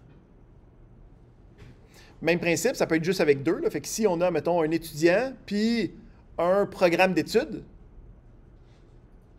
bien, dans le programme d'études, je n'aurai pas une date de début de l'étudiant. Puis dans l'étudiant, c'est parce que l'étudiant, il peut s'inscrire dans plusieurs programmes. Hein. Fait que je n'aurai pas une colonne qui va dire quand est-ce que l'étudiant a commencé son programme, parce que ça se peut qu'il y ait plusieurs dates. Hein? Fait que ça va être le lien entre un programme d'études et un étudiant qui va dire, avec ça, ça génère une nouvelle information. Donc, quand on a une information qui est générée à partir d'un lien créé dans nos données, on appelle ça une classe d'association. Donc, comment est-ce qu'on fait pour représenter ça? À la place d'avoir une gentille ligne pleine, c'est une ligne pointillée qui part directement du lien représentatif. Fait que quand j'ai un lien entre un programme d'études et un étudiant, ça me génère une inscription qui va avoir une date d'inscription, un solde, une cote, et ainsi de suite. Quand on modélise une classe comme ça d'association, est-ce que c'est parce qu'on a déjà fait un choix qu'on ne veut pas l'avoir tout le temps comme classe? Excellente question. Donc, quand est-ce qu'on veut prendre des classes d'association? OK?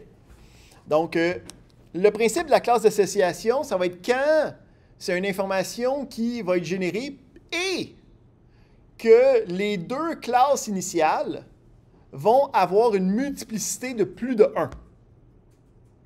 Hein, c'est quand je ne peux pas le fitter dans table. Puis qu'il va falloir qu'il y ait une autre table, justement, intermédiaire pour être capable de dealer avec ces options-là possibles. Ce qui est en fait, qu'est-ce qui est arrivé dans notre examen, là? C'est une représentation de ça. OK? Parce que, est-ce que je suis en train de dire de la bêtise? Non, c'est une autre partie d'un autre examen que je suis en train de passer. Never mind. Mais ici, on a un exemple de, j'ai une compagnie, bien, des compagnies, j'ai des personnes, puis, bien, une personne peut être employée par une ou plusieurs compagnies. La compagnie peut avoir plus d'un employé. Fait que là, ici, ça fait de plusieurs à plusieurs. Là. Il y a dans les deux sens, il y a des étoiles. Fait que si j'ai besoin que quand il y a une compagnie et qu'il y a un employé qui se mettent ensemble, qu'il y ait une information qui dérive de ça, c'est là que je vais avoir une classe d'association. Si ce n'est pas le cas, si je me dis, non, moi, dans ma modélisation, je veux qu'une personne ait seulement une compagnie possible. OK? Donc là, c'est une décision de conception. C'est moi qui ai décidé ça. Est-ce que j'ai encore besoin de ma classe d'association? Pas vraiment, parce que ces colonnes-là, je peux maintenant dire, non, je vais aller les mettre dans personne, parce qu'il peut juste avoir une compagnie.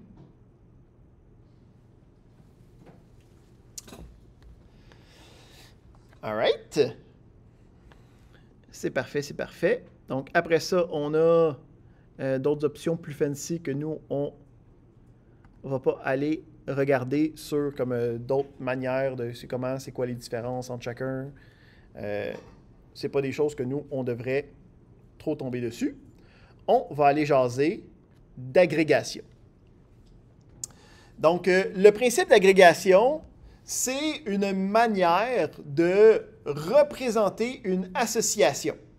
Donc, c'est un élément additionnel que je rajoute sur l'association pour représenter le fait que ça appartient à quelque chose. OK? Fait que ça va être la différence entre vous êtes des étudiants, je suis le professeur qui est relié avec vous, on a un lien d'association, mais ce n'est pas un lien d'appartenance. De la même manière qu'un auto, ça a 4 roues. Okay? Si l'auto part, les roues partent après. les roues partent avec. Si moi je pars, vous autres, vous restez des étudiants. OK? Ou peut-être que vous allez être tellement chagrinés que vous allez arrêter vos études, mais promettez-moi de continuer. Donc, le principe d'agrégation, c'est de représenter une appartenance. OK? Ultimement, le principe d'agrégation n'a pas de conséquences réelles sur qu'est-ce qu'on va faire dans la table. Okay? Donc, jusqu'à présent, là, tout ce qu'on allait faire allait avoir comme si tu fais ça, tu vas voir ça, si tu fais ça, tu vas voir ça, si tu fais ça, tu vas voir ça. Là. L'agrégation, c'est vraiment juste pour communiquer avec d'autres êtres humains pour bien représenter quelque chose. Ouais. Mais l'agrégation, c'est que la classe qui est en dessous va hériter de toutes les autres. Je ne parle pas de généralisation OK, ou d'héritage. Ce n'est pas ce terme-là. Donc, c'est le principe de ça appartient. Ce n'est pas c'est un. Hein, c'est la différence entre un policier est une personne. OK? Puis le char a 4 roues. C'est la différence entre il est et il a. Donc là, on parle il a. Il va y avoir 2 types d'agrégation. L'agrégation faible, ou qu'on appelle partagée, ou l'agrégation forte, qu'on appelle la composition. On va aller voir les deux, puis voir c'est quoi la distinction. Fait que pour l'agrégation partagée, premièrement, comment est-ce qu'on fait pour l'indiquer? On utilise un gentil petit losange, OK, gris ou blanc, donc vide ou avec un gris pâle, pour représenter l'agrégation partagée. Donc, l'agrégation partagée, comment est-ce que je fais pour bien le représenter? Bien, c'est celui-là qui n'est pas une agrégation forte. C'est facile. Le principe de l'agrégation faible ou partagée, ça va être quand ça appartient à quelque chose, mais que si ce quelque chose-là disparaît, l'élément auquel il appartient continue d'exister. Fait qu'un exemple, c'est moi, j'appartiens en tant que étudiant de cycle supérieur à un laboratoire de recherche. OK? Donc, dans la liste de laboratoires de recherche, j'ai mon nom sur la porte. Si le laboratoire de recherche y explose, moi, je vais rester étudiant aux études supérieures. OK? J'appartiens au lab de recherche. Mais on n'a pas une relation qui est dépendante l'une de l'autre. Donc, l'agrégation partagée, c'est que ça appartient, mais ce n'est pas une relation dépendante.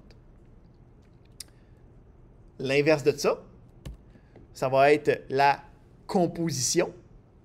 Donc, la composition a une agrégation forte. Donc, ça, c'est une appartenance avec dépendance. Donc, j'ai un bâtiment qui est le DS. Dans le DS, on a le local DS 4812, je ne sais pas où c'est qu'on est. Si le DS y explose, le DS 4812 n'existe plus non plus. Il n'a pas le droit de vivre tout seul. Donc, quand on parle de composition, c'est une agrégation forte avec de la dépendance. Habituellement, les agrégations fortes vont habituellement avoir une représentation dans le monde réel. OK? C'est la manière la plus facile de savoir que ça vient avec. Fait que si, admettons, on regarde quelques exemples là, pour bien se... Oui? Le beamer peut exister sans le lectural, mais il est contenu dans le lectural. Bien, le principe, c'est... on a le building, on a la salle de classe, puis on a le projecteur. Ah, OK. Fait qu'il peut être là. C'est ça, le projecteur peut exister quand il n'est pas dans une salle de classe, mais quand il est dans une salle de classe, la salle de classe disparaît.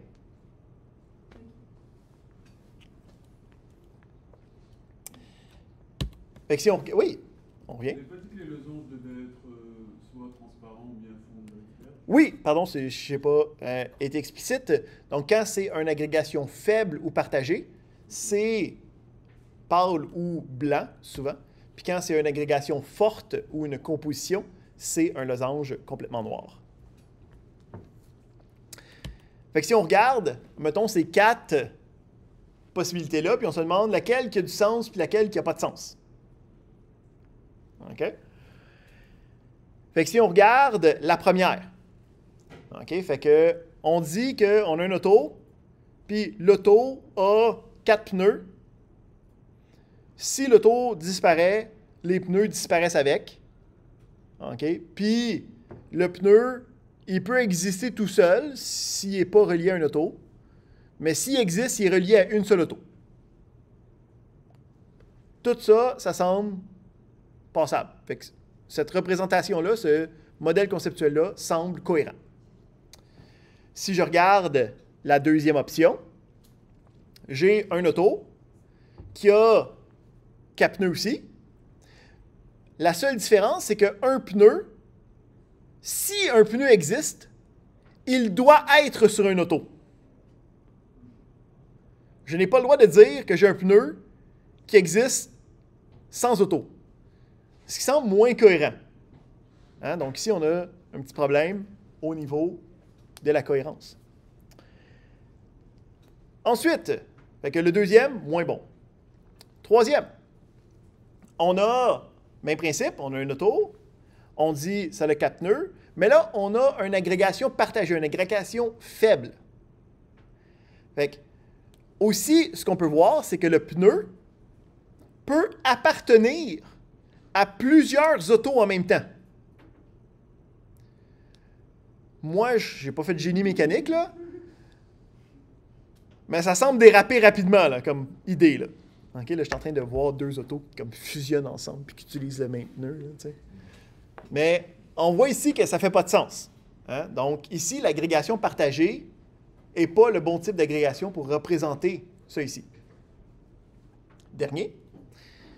On a encore une fois une agrégation partagée, mais là, on a un type de pneu. Hein? Des tailleurs d'hiver, des tailleurs d'automne, des tailleurs Michelin. Hein? Fait que là, je suis capable de dire, mon auto a 1 ou 2 types de pneus possibles pour l'auto. Ce qui fait du sens. Mon auto prend des tailleurs d'hiver, prend des tailleurs toute saison. Puis, un type de pneu peut être associé à plusieurs automobiles. Les pneus 4 saisons, ça marche autant sur des Mazda RX-7 que des Hyundai Elantra quelque chose. Je pense au moins que je n'ai pas fait de mauvais mix entre car manufacturer et car make. Fait que moi, je compte ça comme une victoire. Fait qu'on peut voir que cela aussi fait du sens. C'était les 2 autres qui étaient problématiques. On a aussi la possibilité de généralisation. Okay? Donc ça, c'est quelque chose qui est pas mal plus dans le monde de la programmation que dans le monde des bases de données. Okay? Fait que quand on a une relation de quelqu'un est quelque chose. Donc, un employé de l'école est un enseignant. Mais un employé de l'école peut être à l'administration. Puis, un employé de l'école peut être un gars de la sécurité. Donc, c'est tous des employés. Je suis capable d'utiliser le principe de généralisation. Donc, on n'ira pas dans trop les détails de tout ça, parce que c'est plus dans le monde de la programmation qu'on travaille avec ça. Là. Mais la prémisse, c'est qu'on peut partager des attributs pour ne pas avoir à les réécrire. Hein? Fait que les employés de l'école, ils ont tous un numéro d'assurance sociale, une adresse, un compte où c'est qu'on envoie les chèques de paye. Mais après ça, chacune des spécialisations, hein? L'enseignant, ben, lui, il va avoir des cours attitrés. Le gardien de sécurité, il va avoir des heures de ronde, I guess, là, je ne sais pas trop. L'adjoint administratif va avoir des plages horaires de travail. Donc, après ça, chacun va être capable d'avoir ces éléments additionnels en plus de ce qui fait partie de la généralisation. Donc, la généralisation, ce n'est pas une association, mais c'est une ligne pareille, parce que c'est juste ça qu'on a. On a juste des boîtes puis des lignes, fait que il faut avoir d'autres types de lignes pour représenter la généralisation. Puis, puisqu'on n'a pas tant de formes que ça, on utilise aussi une flèche, comme la navigabilité, mais faites attention, ce n'est pas la même flèche. La flèche de navigabilité, c'était une flèche ouverte. Celle-là, c'est une flèche fermée. Donc, la généralisation peut être représentée avec des flèches fermées où on pointe vers la classe qui est la classe générale. Hein? Fait qu'on a une personne, ou c'est qu'on appelle ça la classe parent ou la classe mère ou la superclasse ou la classe générale. C'est tous des synonymes dépendamment de à qui du monde de programmation tu demandes. Puis, on a en dessous de cette classe-là des spécialisations ok, des sous-classes, des classes enfants. Encore une fois, toutes des synonymes. Pour représenter, ben, en tant qu'étudiant, je vais avoir tous les attributs de la personne. Et en plus, je vais avoir les attributs spécifiques à ma spécialisation.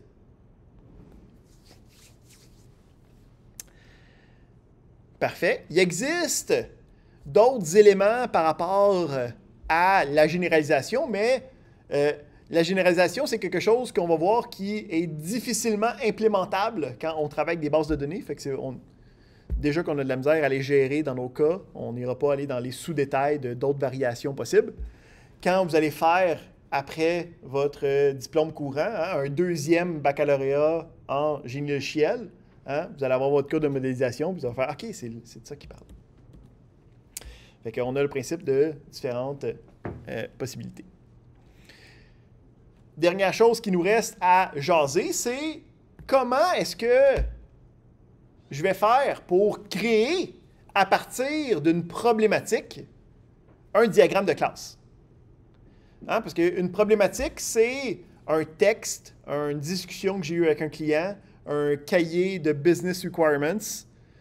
Comment je fais pour prendre ça, là, puis arriver avec un diagramme de classe avec des boîtes, des flèches, des attributs, puis plein d'affaires.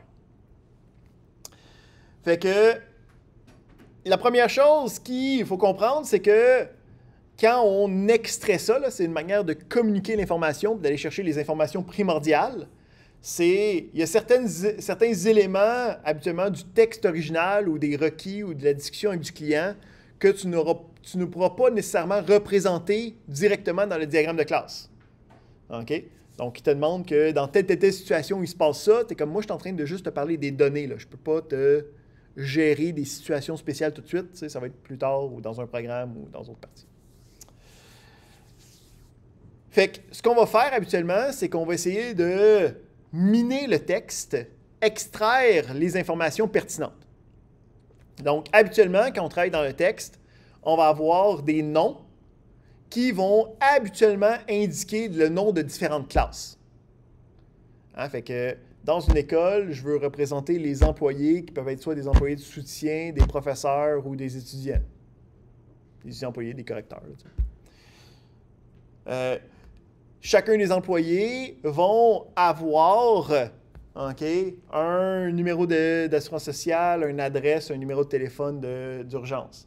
Quand on commence à parler d'adjectifs, ça va habituellement représenter des attributs qui vont être en rapport à ces classes-là. Puis là, si on voulait faire un programme, on pourrait commencer à parler des verbes. Je veux être capable qu'ils calculent leurs notes, qu'ils fassent imprimer leur relevé de notes. Donc là, ça parlerait des opérations que nous, on fait semblant que ça n'existe pas.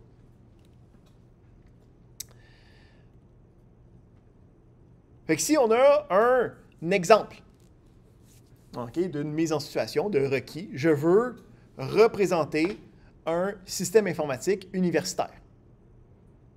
Fait que ça dit une université se compose de plusieurs facultés, composées de différents instituts. Chaque faculté, chaque institut a un nom, il y a une adresse qui est connue de chaque institut. Chaque faculté est dirigée par un doyen qui est un employé. Un nombre total d'employés est connu. Les employés ont un numéro de sécurité, un nom, une adresse.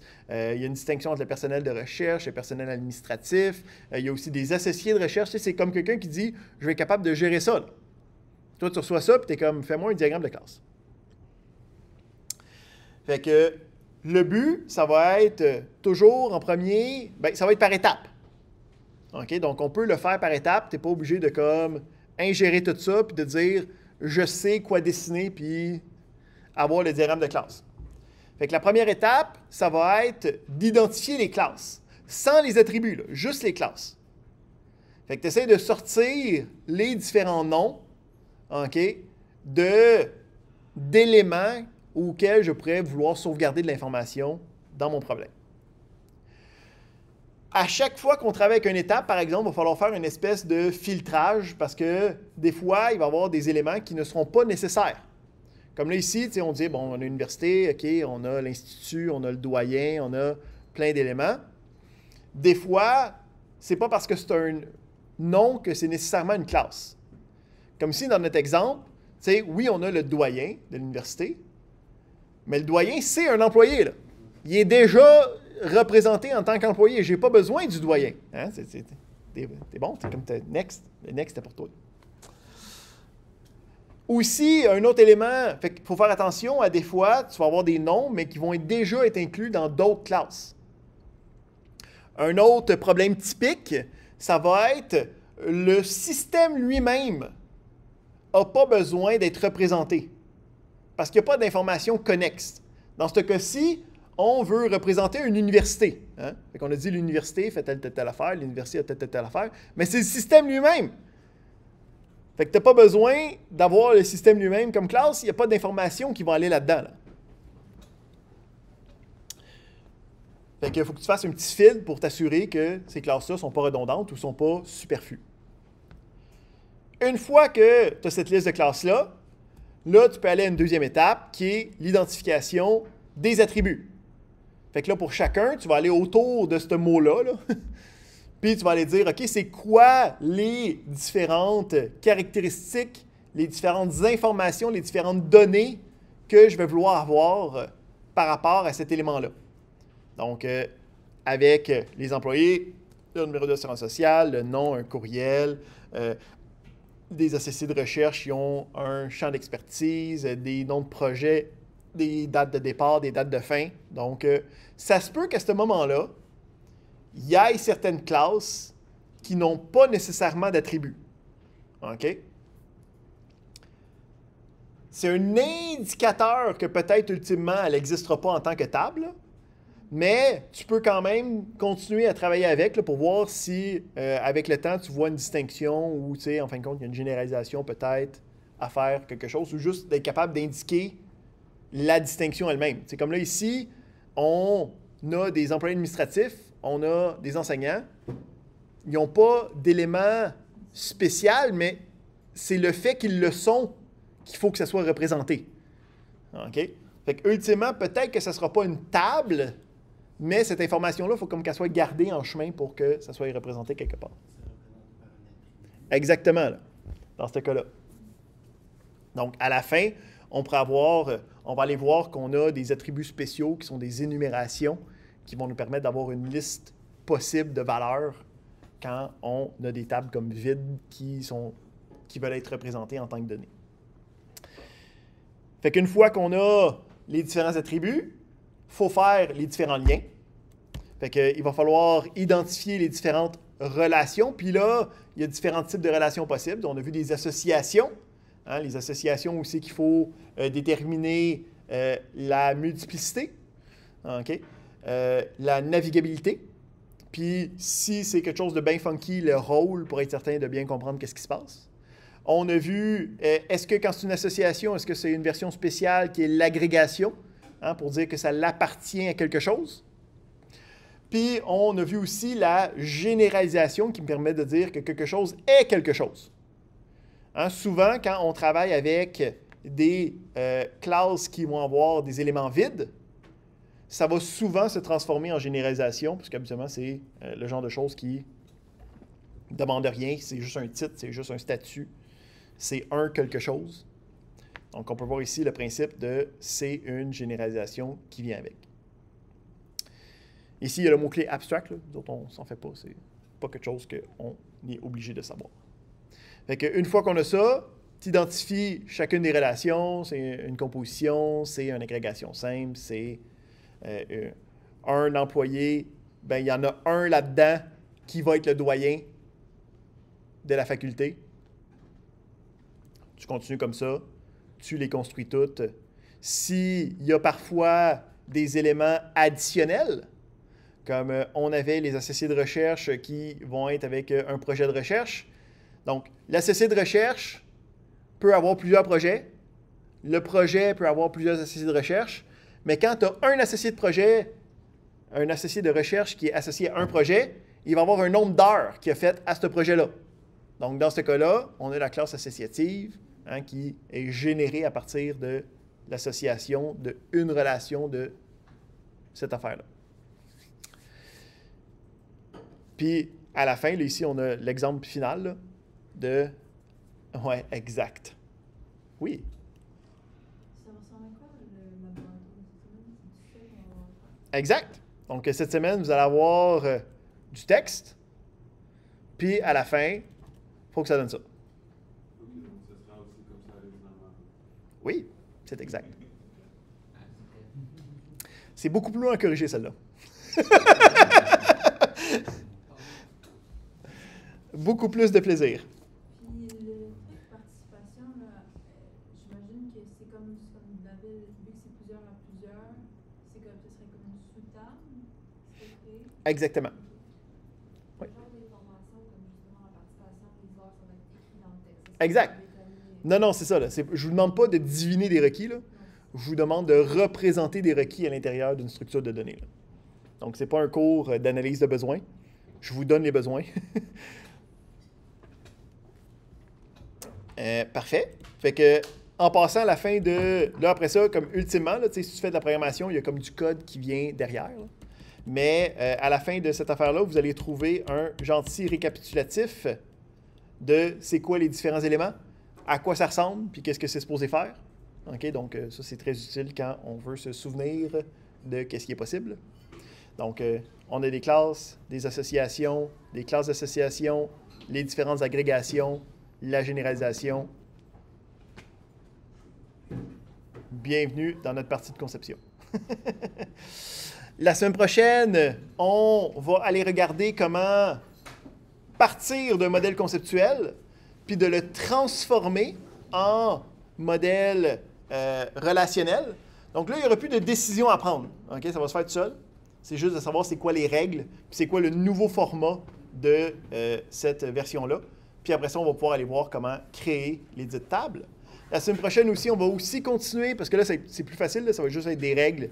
Il va aussi avoir une partie où c'est qu'on retourne dans notre partie de programmation. Puis là, on va aller voir comment créer des fonctions dans nos différents programmes. Donc, comment avoir des blocs de code qui vont avoir des entrées, qui vont faire un calcul, puis qui vont nous donner une sortie, puis ça va être réutilisable autant de fois qu'on en aurait besoin. On est bon avec ça? Bonne soirée à tous. À la semaine prochaine.